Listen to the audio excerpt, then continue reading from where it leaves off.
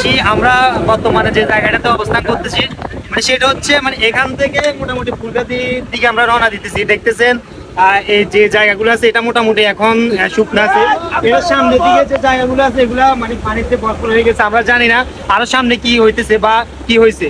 তো অনেকে ফ্যাক পোস্ট করেন বা অনেকে বলতেছেন যে বন্যায় পানি নেমে গেছে, মানে বন্যা হওয়ার আশঙ্কা নাই। তো আমরা মোটামুটি আমাদের যে আবু তালেব মাসুদ আমরা পুরো টিম এটা ভিজিট করতে আসছি, দেখতেছি আসলে কি ঘটনা কি হইতেছে বা না হইতেছে। আর সামনে মাসুদ আছে, মাসুদ ফেনীর যারা আছেন আমাদের ভালোবাসার মানুষ তাদের বেশি কিছু বলবে। আসসালামু আলাইকুম, আশা করি সবাই ভালো আছেন। তো অনেকে অনেক ধরনের গুজব ছড়াইতেছেন, কেউ কেউ বলতেছেন বন্যা চলে গেছে, কেউ কেউ বলতেছেন যে বন্যায় অনেক ভয়াবহ একটা আকৃতি ধারণ করেছে। বন্যায় যে ভয়াবহ আকৃতি ধারণ করে নাই এটা কোনোভাবে অস্বীকার করার সুযোগ নাই, কিন্তু বাস্তব কথা যেটা কিছু কিছু জায়গায় এখনো বন্যার পানি গিয়ে পৌঁছায় নাই।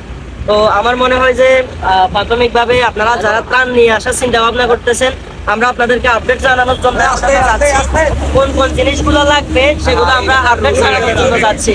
2024 সালে এমন হয়েছে যে পর্যাপ্ত পরিমাণ ত্রাণ দেওয়া হয়েছে, কিন্তু অন্যান্য যে জিনিসগুলা একজন বন্যার্ত মানুষের জন্য লাগে ওই জিনিসগুলা দেওয়া হয় নাই।